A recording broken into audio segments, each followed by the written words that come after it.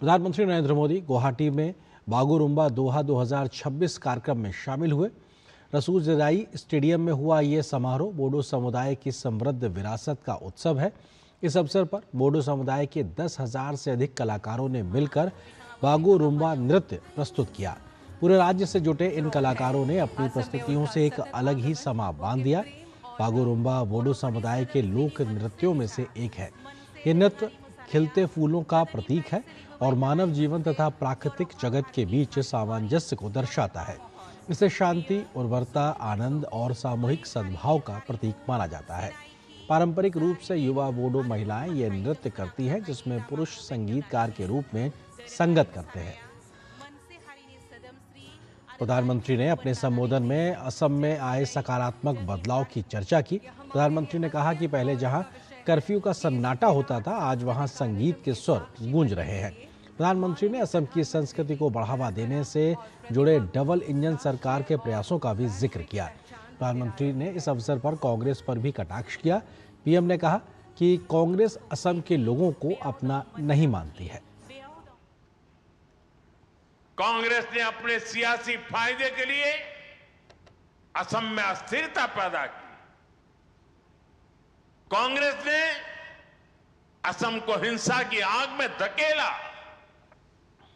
आजादी के बाद असम के सामने भी चुनौतियां थी, लेकिन कांग्रेस ने क्या किया? कांग्रेस ने उन समस्याओं के समाधान खोजने की जगह उन पर सियासी रोटियां सेकी। जरूरत विश्वास की थी, लेकिन कांग्रेस ने विभाजन को बढ़ाया।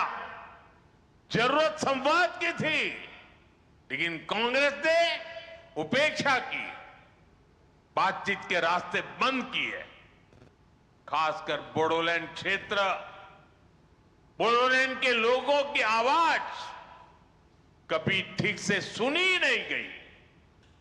जब जरूरत अपने लोगों के जख्म भरने की थी, जब जरूरत असम के लोगों की सेवा करने की थी, कांग्रेस तब घुसपैठियों के लिए असम के दरवाजे खोलकर उनकी आवाभगत में लगी रही।